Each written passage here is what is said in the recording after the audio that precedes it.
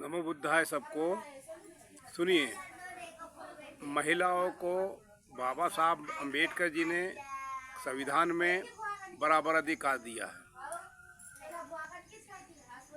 अधिकार दिया जैसे नौकरी में, नेतागिरी में, है ना, उद्योग में, शासन प्रशासन की टोटल योजना उनको बराबर का हिस्सा दिया है।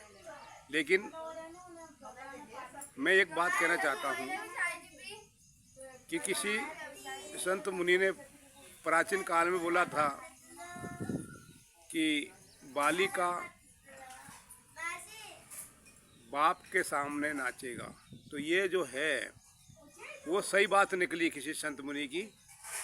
तो हम लोगों को, महिलाओं को ये सोचना चाहिए कि नाचना गाना करो, कोई मना नहीं है, लेकिन रोड पे, चौराहे पे नहीं करना है। कोई शादी हो तो सिर्फ महिला उन पंडाल में रहेगी, महिला नाचेगी, कोई पुरुष नहीं देखेगा। आपस में खुशी मनाओ, महिला शादी हो या अन्य कार्यक्रम में खुशी जाहिर करो, कोई दिक्कत नहीं, लेकिन कोई पुरुष के सामने नहीं नाचना। ये आपको बुरा लगे या भला लगे या अच्छा लगे, तो हमने आपको बोला ये कोई सत्संग में नाचते हैं, कोई गुरु के सामने नाच रहे हैं, वहाँ उपासक उपासिका बैठे वहाँ भी नाच रहे हैं। तो हमें कोई गुरु के सामने नाचने की जरूरत नहीं है, हमें सत्संग में नाचने की जरूरत नहीं है। हाँ, सत्संग में यानी कि सत्संग यानी कि वहाँ पे गुरु जी जो प्रवचन दे रहे, धम्मदेशना दे रहे हैं, वहाँ ध्यान से सुनो।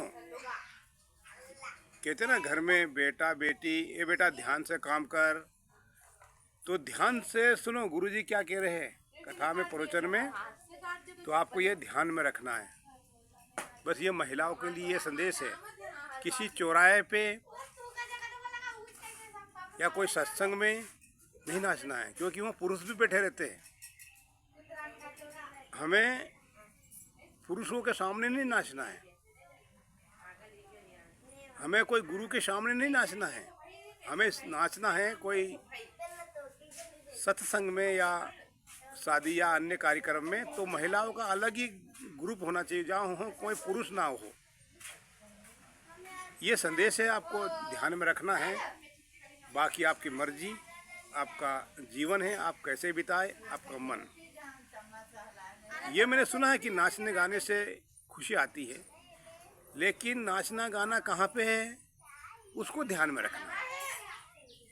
नमो बुद्धाय। सबका मंगल हो, सुखी हो।